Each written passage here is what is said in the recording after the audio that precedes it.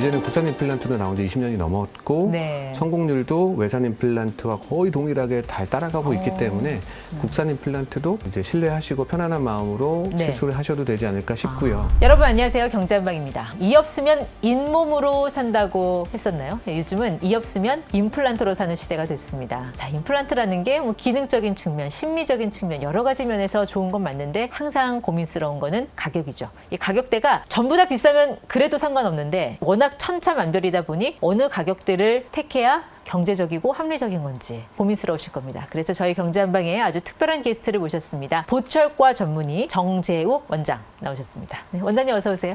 안녕하세요. 반갑습니다. 원장님도 혹시 임플란트 하셨나요? 임플란트를 해야 되는 상황이긴 한데요. 제가 열심히 환자분들을 치료를 해드리다 보니 네. 제 임플란트를 아직 못 심고 있는 부위가 한 군데가 있습니다. 저도 해야 됩니다. 원장님 아직 4학년 아니세요? 네, 아직 4학년입니다. 그런데 벌써 임플란트를 고민하시는 거예요? 그러게요. 제가 이제 열심히 관리를 한다고 했는데 너무 세게 씹었나 봐요. 그래서 파절된 부위가 있어서 그래서 어쩔 수 없이 뽑은 부위가 있습니다. 네. 근데 보통 임플란트는 몇 살쯤에 하는 게 가장 좋습니까? 임플란트는 뭐 정해진 나이는 있지는 않고요. 발치를 해야 되는 경우에 그때 이제 임플란트를 하시면 되는데 어떤 분들은 나중에 버티다가 더 나이 먹어서 하는 게 좋지 않느냐라고 생각하시는 분들도 계시지만 오히려 안 좋은 치아를 가지고 있으면 뿌리 쪽에 염증이 생기면 치아를 잡고 있던 뼈도 빨리 없어지고 예. 또는 발치하고 나서 오래 버티다가 나중에 하면 좋지 않을까 싶지만 또 발치한 경우에는 치아를 잡고 있던 뼈, 치조골이 또 많이 흡수가 돼서 네. 뼈가 없어집니다. 그래서 임플란트를 빨리 하게 되면 그 치조골 양도 유지할 수 있고 네. 주변의 치아들이 뽑고 공간이 생기면 많이 무너지거든요. 네. 위에 치아도 내려오고 뒤에 있는 치아도 앞쪽으로 기울게 되는데 그런 부분들도 빨리 복구를 할 수 있기 때문에 유지를 네. 할 수 있기 때문에 치아를 뽑아야 되는 상황이면 임플란트를 최대한 빨리 하시는 게 좋고요. 보통 많이들 하시는 거는 50대부터 이제 많이 늘기 시작합니다. 그리고 65세 이상부터도 치아를 발치해야 되는 경우가 많이 네. 늘게 되죠. 보통 임플란트 하면은 이 뿌리 부분, 픽스처라고 하나요? 네, 맞습니다. 그리고 식립체, 한국말로 식립체, 영어로 식립체, 픽스처라고 부르시면 됩니다. 그리고 허리 부분이 어버트먼트, 이제 머리가 크라운, 보통 맞습니다. 이렇게 나뉘잖아요. 뼈에 들어가는 부분을 식립체라고 하고요. 지금 제가 돌리고 있는 부분이 바로 어버트먼트, 지대주라고 불리는 부분입니다. 그래서 이 지대주가 뼈에 심겨져 있는 임플란트가 예. 식립체가 단단하게 붙어 있으면 이 지대주가 중간에서 잇몸을 뚫고 나오는 구조가 되겠고요. 네. 이 부분이 단단하게 또 고정이 되면 머리 부분, 크라운이라고 하죠. 이제 가짜 치아를 잘 만들어서 기능을 하게 됩니다. 이게 각각 가격이 다 정해져 있죠. 그렇죠. 이게 보통 비용적인 부분은 하나를 다 임플란트 가격으로 보시면 됩니다. 식립체 따로, 지대주 따로, 크라운 따로 보통 산정해서 환자분들께 청구하지는 않고 보통 이 하나를 비용을 산정을 해서 말씀을 네. 드리고요. 가끔 이제 임플란트 다른 병원에서 식립체만 심고 오시는 분들이 계시는데 그런 경우에는 이제 위에 지대주와 크라운 부분만 산정해서 비용을 산정하기도 합니다. 네. 원장님 지금 가격대가 네. 최저 얼마부터 최고 얼마까지 형성이 돼 있어요? 보통 보험 임플란트라고 혹시 들어보셨죠? 네. 만 65세 이상 분들은 국가에서 정한 가격이 있습니다. 그러니까 건강보험 적용되는 맞습니다. 가격? 예. 맞습니다. 그 건강보험이 정한 비용이 이제 대략적으로 전체를 봤을 때 120만 원에서 140만 원 정도로 산정을 해서 예. 본인 부담금 한 30% 정도를 부담을 하면 되게끔 이제 정해놨고요. 그 가격이 보통 한 30만 원에서 40만 원 사이라고 생각하시면 되는데 네. 뭐 보험의 종류에 따라 그리고 여러 가지 상황에 따라 조금 다르기는 하지만 대략적으로 한 30만 원대다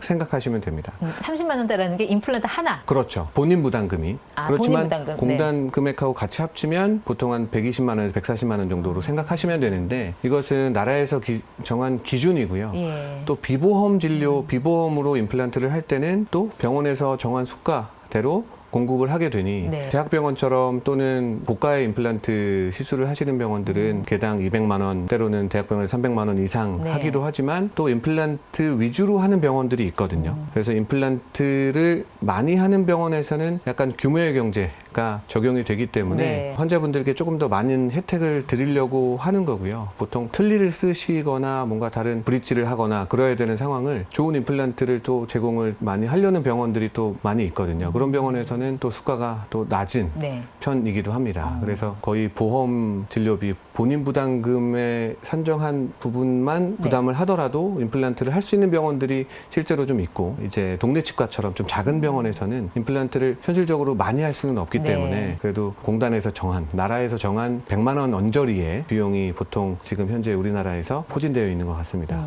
간혹 어떤 분들은 임플란트 했다가 나 정말 대형차 한 대 값 썼다 이런 얘기도 하거든요. 이거 어떤 경우일까요? 과거에는 불과 한 10년 전만 하더라도 임플란트를 예를 들어서 전체 임플란트를 하는 경우가 종종 있거든요. 치주 질환이 자칫 잘못하면, 관리 잘못하면 거의 대부분 치아를 뽑아야 되는 상황들이 발생되는데, 그런 경우에는 이제 예를 들어서 위아래 다 이를 뽑고 전체 임플란트를 하면 2천만 원, 3천만 원 드는 경우가 많이 있죠. 지금도 전체 임플란트를 하면 동네 치과나 이런 작은 병원들은 비용을 어느 정도 받아야 병원이 유지가 되기 때문에 네. 한 2천만 원, 3천만 원 받는 게 어떻게 보면 합리적인 가격이라고 보여지거든요. 그런데 이제 임플란트를 많이 하는 병원 같은 경우는 또 임플란트를 규모의 경제를 적용해서 개당 임플란트의 이유는 최대한 최소화시키고 환자분의 부담을 조금 줄여드리고, 그 대신 퀄리티는 또 나쁘지 않게 해드리려고 하는 것 같아요. 이제 임플란트를 많이 하는 병원들은 재료나 이런 것들도 그렇게 막 좋지 않은 재료를 쓰지는 않는 것 같습니다. 국산하고 외산의 가격 차이가 또 있나요? 그렇죠, 있죠. 이제 또 우리가 가격을 조금 낮출 수 있는 영역이 생긴 부분이 바로 K덴탈, K컬처도 굉장히 유명해졌지만 네. K덴탈도 굉장히 글로벌하게 지금 전 세계를 어떻게 보면 선도하고 있는 그래요? 부분입니다. 그래서 임플란트 회사들이 좋은 임플란트를 비싸지 않는 가격에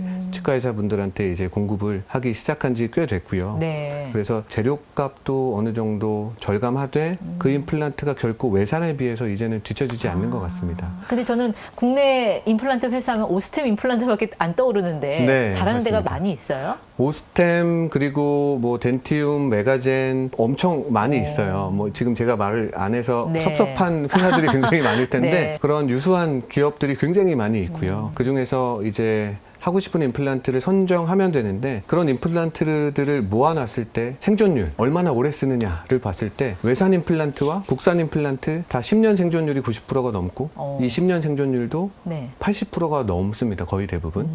다시 말해서 임플란트 하나가 들어가면 그 임플란트가 20년 뒤에도 내 입안에 있을 확률이 80%가 넘는다는 얘기거든요. 예전에는 국산 임플란트가 나온 게 얼마 안 됐을 때는 외산 임플란트가 장기적인 데이터가 많았기 때문에 그래서 외산 임플란트가 조금 더 오래 쓸 확률이 높습니다라고 설명을 드렸던 적이 있는데, 이제는 국산 임플란트도 나온 지 20년이 넘었고 네. 성공률도 외산 임플란트와 거의 동일하게 잘 따라가고 있기 때문에 국산 임플란트도 이제 신뢰하시고 편안한 마음으로 네. 시술을 하셔도 되지 않을까 싶고요. 근데 국산이 외국산보다 좀 싸다고 해서 싼 게 네. 비지떡일까 하는 염려는 안 해도 된다. 네, 맞습니다. 하지만 또 명품 좋아하시는 것처럼 좋은 거, 나는 가장 좋은 거 하고 싶어 라고 하시는 분들 계시거든요. 그래서 저희 병원에서도 외산 임플란트를 찾는 분들은 또 외산 임플란트를 잘 심어드리고, 시술해드리는 입장에서도 외산 임플란트를 할 때 조금 더 오래된 임플란트니까 조금 더 편안한 마음만 드는데 네. 근데 그거는 마음일 뿐 결과는 결국 동일하게 잘 마무리가 되고 있습니다. 그렇군요. 국산이든 외산이든. 보통 임플란트 하면은 5년 안에 문제가 많이 발생하더라고요. 네. 네, 그 임플란트 치주염이라는 거 있잖아요. 네.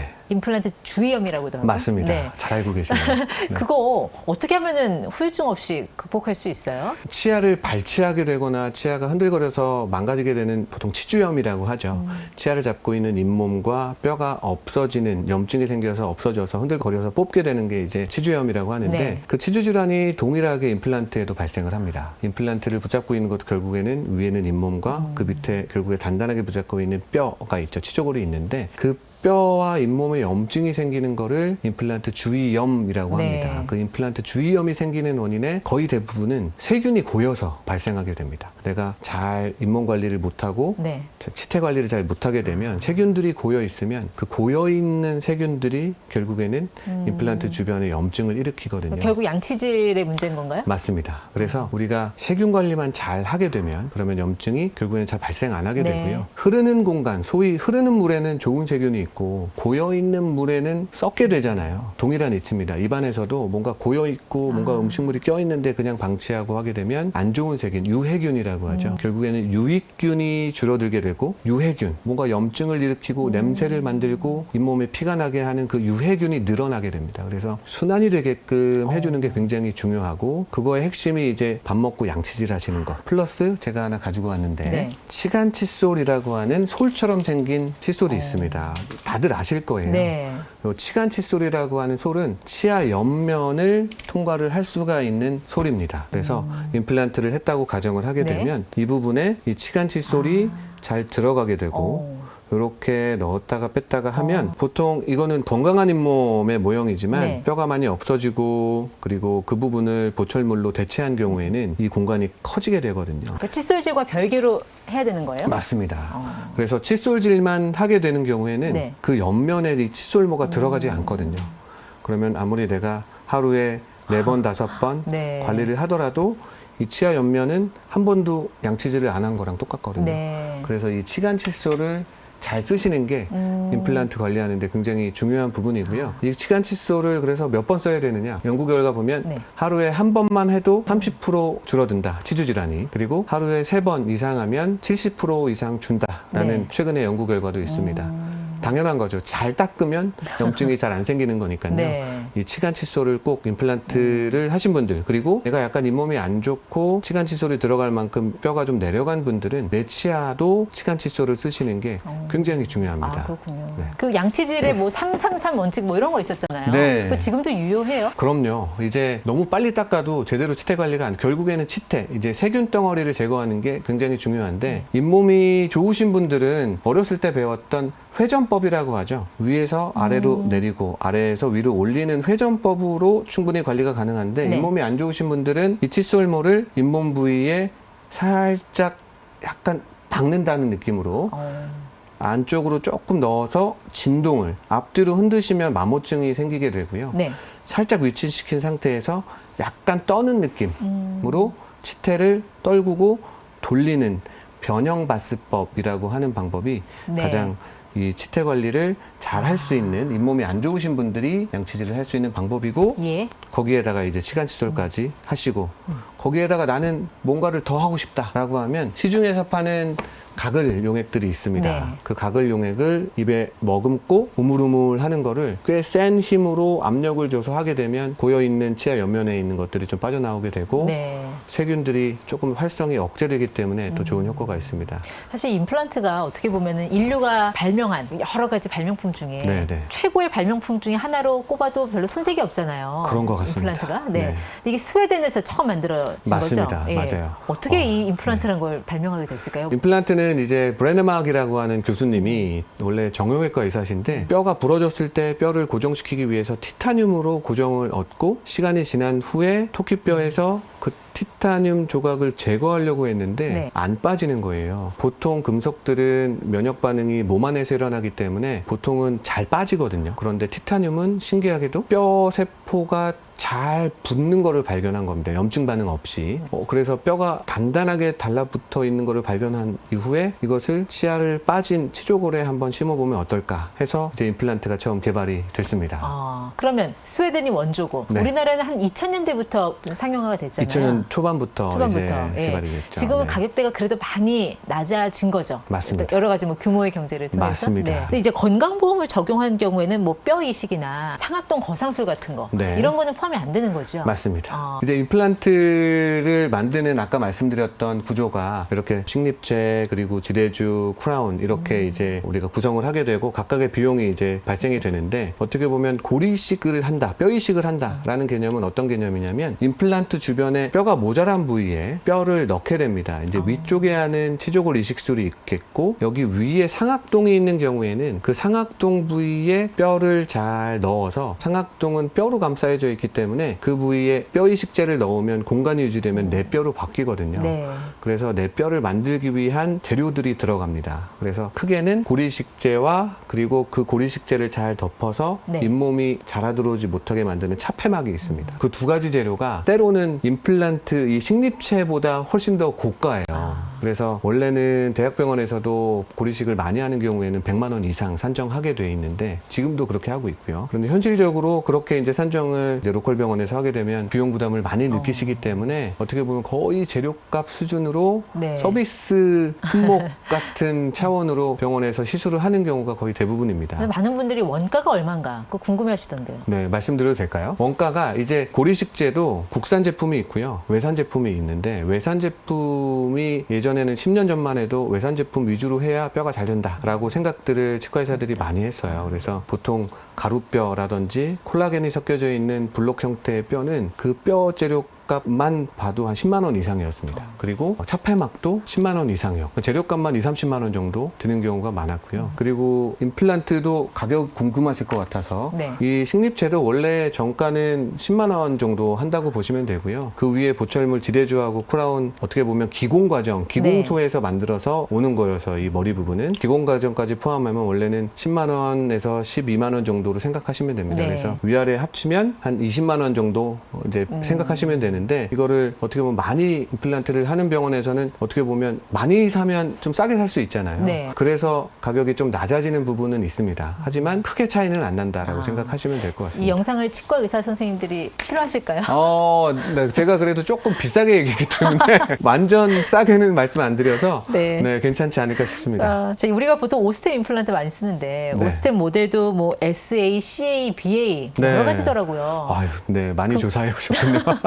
그거는 무슨 차이입니까? 이제 오스템 회사에서도 어떻게 보면 개발을 계속하기 때문에 이 식립체의 표면을 어떻게 처리를 하는지가 이제 차이가 있는 겁니다. 보통 여기에 샌드블라스팅이라고 해서 모래가루로 아주 현미경으로 보면 거칠게 이제 표면 처리를 하고 네. 그리고 산으로 부식 처리하기도 하고요. 그렇게 해서 만든 겉으로 보면 매끈해 보이지만 현미경으로 보면 우둘두둘하게 네. 예, 표면 처리를 하게 됩니다. 그게 이제 기본적인 SLA라고 하는 표면 처리 기법이고요. 거기에다가 또 어떻게 칼슘으로 코팅을 하느냐, 그리고 거기에 어떤 약재를 바르느냐, 어떻게 보관하느냐에 네. 따라서 소위 SA, CA 이런 예. 이름들을 붙여서 나오게 되는데 치과의사 입장에서는 사내 입장에서는 크게 차이는 안 나기는 합니다만 제조사 입장에서는 그래도 비싼 임플란트가 뼈가 빨리 붙는다라고 얘기를 합니다. 네. 하지만 결국엔 임플란트가 뼈에 들어가서 붙어야 되는 시간, 뼈가 새로 생성되는 시간은 어느 정도 정해져 있거든요. 그 차이가 빠르면 한 2주 정도 좀 빨라지고 더 빨라진다라고 하면 4주 정도 더 빨라진다라고 제조사에서 얘기를 하고 있지만 네. 결국에는 2달 뒤, 3달 뒤에는 내 뼈가 잘 붙는 거여서 3개월만 지나도 그 SA인지 BA인지 뭐 CA인지는 크게 차이는 없는 것 같습니다. 네. 조금 전에 원장님께서 이제 가격대가 뭐 몇십만 원부터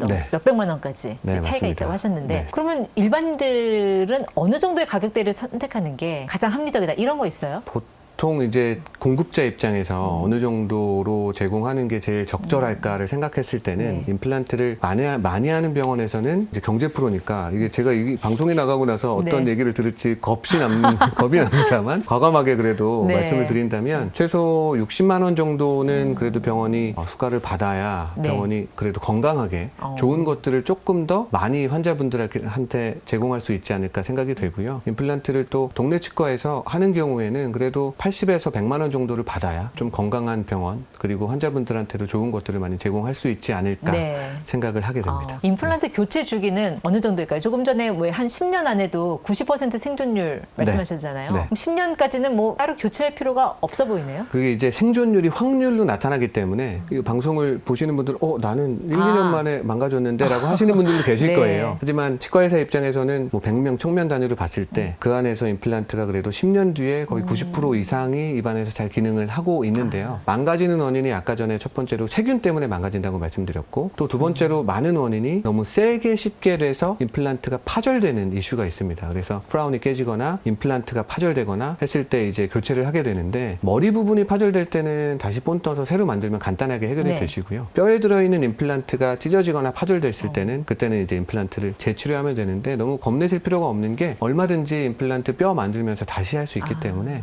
또 너무 걱정은 안 하셔도 될 것 같습니다. 임플란트도 뭐 그런 거 있습니까? 뭐 무상 보증 기간, 무상 AS 기간 이런 거. 네, 병원마다 있고요. 저희 병원도 잘 산정해서 이제 설명을 드리는데 보통 평균 잡아서 뼈에 들어가는 임플란트는 보통 한 5년 정도는 보장을 좀 해드리는 편이고요. 그래야 안심하시니까. 네. 그런데 임플란트의 기대 수명은 굉장히 길기 때문에 충분히 치과의사 입장에서는 그렇게 제공해드릴 수 있는 것 같고요. 네. 머리 부분도 보통 한 2년 정도는 충분히 보장해드려서 2년 안에 머리 부분이 파절되거나 문제 생겼을 때는 저희 병원에서는 거의 무상으로 네. 보험 비용은 물론 발생하겠지만 그 비용은 뭐 크지는 않을 것 같고요. 예. 비보험 진료비는 조금 워런티를 보장을 좀 해드리는 편입니다. 네. 사실 임플란트라는 게 내 몸에 어떤 새로운 장기 하나를 만드는 것과 다르지 않잖아요. 맞습니다. 그만큼 이 소비자들은 주의할 부분이 있을 것 같은데 우리 구독자분들한테 자, 네. 임플란트 할 때 이런 거 조심하세요. 뭐 당부 강조하실 말씀 있으세요? 네, 임플란트 일단은 시술을 잘 받고 나서 유지 관리가 굉장히 중요하거든요. 여태까지는 방금은 이제 어떻게 시술을 해야 될지를 설명을 드렸다면 임플란트를 한번 하고 나서 오랫동안 관리를 안 하시는 경우가 많아요. 그러면 치조고래라고 하는 뼈는 한번 없어지기 시작하면 계속 없어지기 때문에 중간 정도까지 뼈가 임플란트 길이의 중간 정도까지 뼈가 없어지면 또 언젠가는 다시 뽑고 임플란트를 해야 되거든요. 네. 그래서 아까도 치간 칫솔을 말씀을 드렸지만 최소 6개월에 한 번, 1년에 2번 정도는 치과에 오셔서 치태 관리가, 세균 관리가 잘 되고 있는지 체크를 하셔야 되고 그 스케일링 말씀하시는 그렇죠. 거죠? 예. 그리고 두 번째로는 너무 세게 씹히고 있지 않은지. 임플란트가 여러 개가 들어가면 오히려 많이 씹게 해드려야 되지만 한두 개가 들어가서 내 치아가 많은 경우에는 임플란트가 약간은 덜 씹히게끔 만들어야 오래 쓸 수 있거든요. 그래서 그런 부분들이 잘 유지가 되는지 네. 주기적으로 체크하시는 게 필요할 것 같습니다. 알겠습니다. 오늘 원장님께서 해주신 말씀, 싸고 좋은 임플란트는 없다. 그리고 사후 관리가 중요하다. 이 두 가지 꼭 기억하시면서 혹시 뭐 부모님이 임플란트 받으신다고 하면 이 영상 추천해 주셔도 좋을 것 같습니다. 네, 오늘 이 자리에 나와주신 정재욱 원장님 여기서 인사드릴게요. 고맙습니다. 감사합니다.